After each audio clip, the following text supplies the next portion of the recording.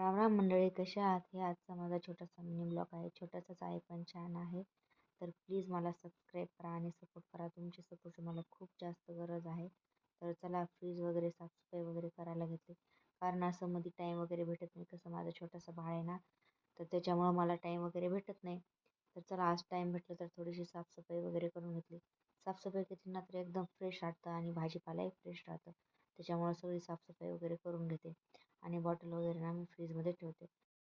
तर फ्रीजमध्ये बॉटल वगैरे ठेवली ना तर काही घाण वगैरे व्हायची गरज नाही. बाहेर कसं धूळ वगैरे होते, त्याच्यामुळे मी फ्रीजमध्ये ठेवते.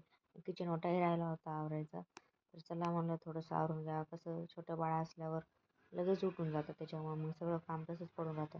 म्हणून म्हणलं चला थोडंसं आवरायचं राहिलं तर तेवढं आवरून बसून जावं थोडं निवांत.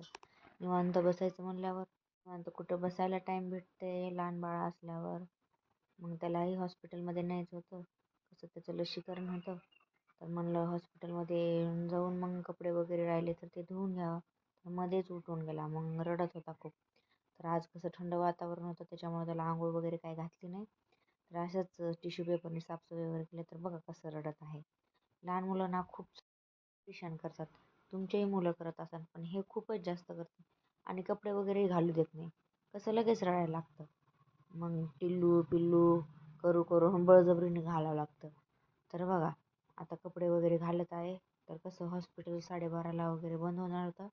तर हे कपडे वगैरे घालू देत नव्हता. तर नुसतं चिडचिड चिडचिड करायला. तर आता घालू दिलं तर बघा प्लीज मला सबस्क्राईब करा. आणि अशी मी डेली ब्लॉग टाकत जाईन. प्लीज मला सपोर्ट करा. चला इथं